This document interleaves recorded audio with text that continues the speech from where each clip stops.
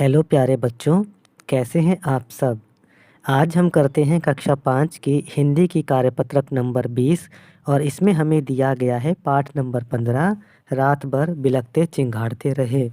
तो चलिए शुरू करते हैं कार्यपत्रक को हल करना।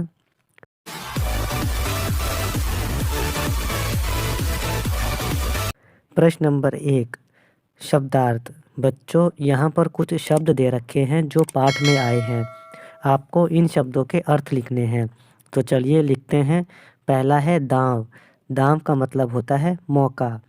दूसरा धुई, जिस हथनी के साथ दुधमुहे बच्चे हों। दुधमुहे बच्चे का मतलब होता है दूध पीने वाले बच्चे। तीसरा चिंगाड़, यानी हाथी की आवाज़। चौथा चवर, इसका अर्थ होता है पंखा। चवर एक प्रकार का पंखा होता है जिसे हाथ से झलते हैं। पांचवा क्षण। क्षण का मतलब होता है पल। प्रश्न नंबर 2, निम्न प्रसंग को पढ़कर प्रश्नों के उत्तर दीजिए। चलिए यहाँ पर एक प्रसंग दिया गया है, इसको पढ़ते हैं। उड़ीसा राज्य के सिमलीपाल टाइगर रिजर्व में 25 हाथियों का झुंड रहता था। इस झुंड में कुछ धुई भी थीं। जिन हथिनियों के साथ दुधमुहे बच्चे हों उन्हें धुई कहते हैं। दांव लगे तो हाथी के छोटे बच्चे को शेर मार लेता है। झुंड के बड़े दंतैल और बड़ी हथनियाँ बच्चों की रक्षा करती हैं। सर्दियों में जब घास कम हो जाती है तो हाथियों के बड़े झुंड को जंगल के एक खंड में काफ़ी खाना नहीं मिलता।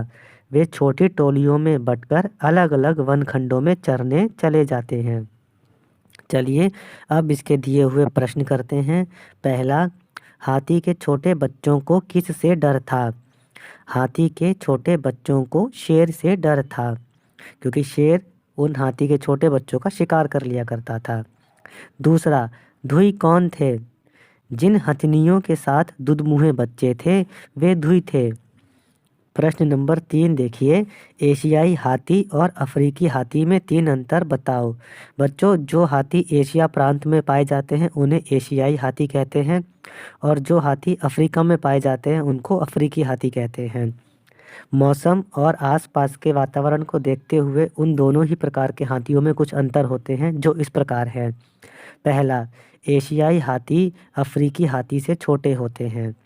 दूसरा, एशियाई हाथी के कान अफ्रीकी हाथी से छोटे होते हैं। तीसरा, एशियाई हाथी में केवल कुछ नर हाथियों के दांत होते हैं, जबकि अफ्रीकी हाथियों में नर और मादा दोनों के ही दांत होते हैं। प्रश्न नंबर 4 देखिए।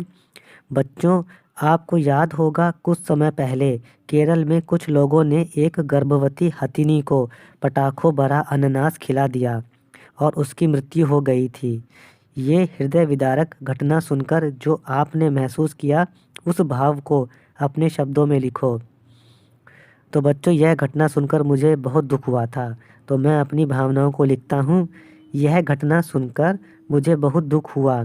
मुझे यह समझ नहीं आया कि कोई कैसे अपने मज़े के लिए किसी बेजुबान जानवर की जान ले सकता है। ऐसे निर्दयी लोगों को कठोर दंड मिलना चाहिए। हमें पशु पक्षियों के प्रति दया का भाव रखना चाहिए। प्रश्न नंबर 5 देखिए। मिलते जुलते शब्द लिखो।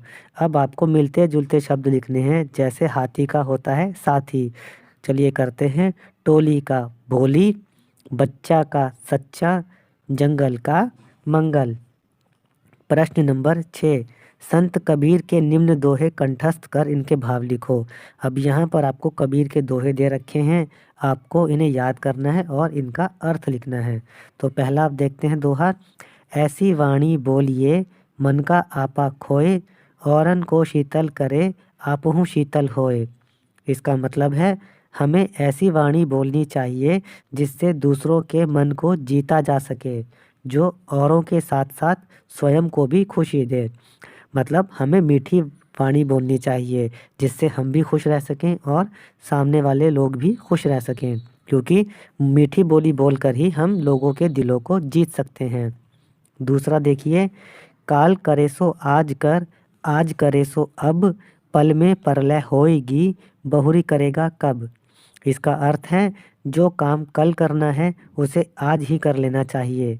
यदि सब नष्ट हो गया तो फिर हम कब काम कर पाएंगे। कहने का अर्थ है कि हमें समय रहते काम कर लेने चाहिए। तो बच्चों ये हमने वर्कशीट को हल कर लिया है। और भी सब्जेक्ट की वर्कशीट के आंसर्स के लिए आप हमारे चैनल पढ़ो इंडिया को सब्सक्राइब ज़रूर करें। धन्यवाद।